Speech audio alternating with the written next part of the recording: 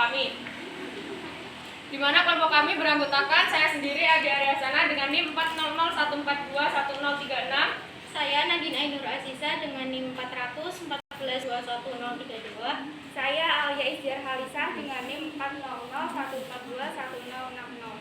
Saya Atifu Khairunisa dengan NIM 40014211038.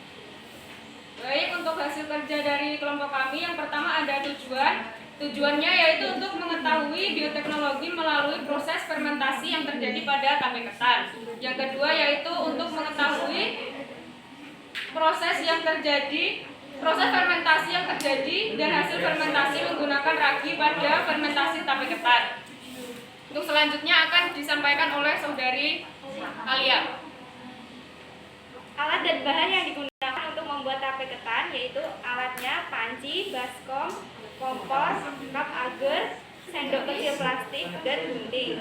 Sedangkan bahannya beras ketan 1 kg, ragi tape 3 butir, gula pasir 4 sendok makan, air, pewarna makanan berwarna hijau, dan selotip.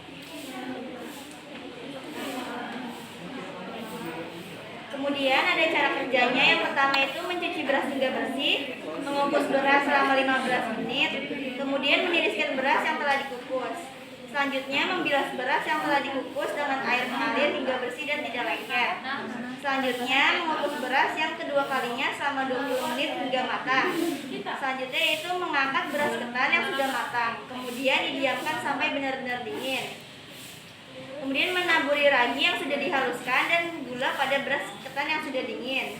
Selanjutnya mengaduk beras ketan agar ragi dan gula tercampur rata. Yang terakhir menyimpan ketan pada wadah yang rapat selama 3 hari sampai berubah menjadi tape. Baik teman-teman, akan saya lanjutkan. Fermentasi merupakan proses respirasi anaerob di mana yang tidak melibatkan oksigen dalam prosesnya. Sehingga karbohidrat akan diubah menjadi alkohol atau asam. Dalam proses pembuatan tape ketan ini kami menggunakan adalah Saccharomyces cerevisiae. Mekanismenya antara lain, pertama bahan baku berupa beras ketan yang mengandung karbohidrat diubah menjadi asam piruvat melalui proses glikolisis.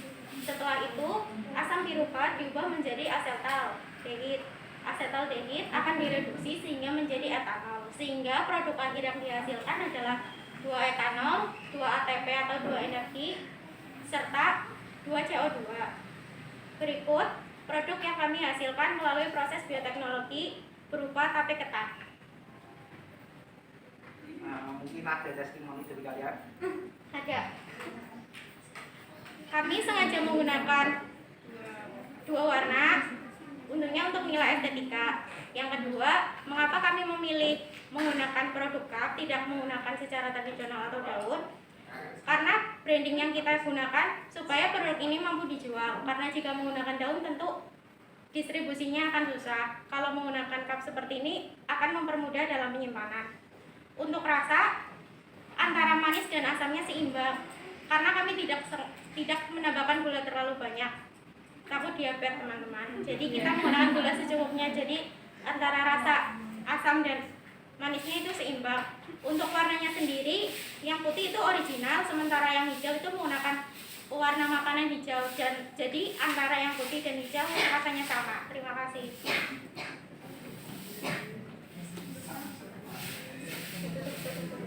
Cukup sekian presentasi dari kelompok kami. Kurang lebihnya mohon maaf. Wassalamualaikum warahmatullahi wabarakatuh.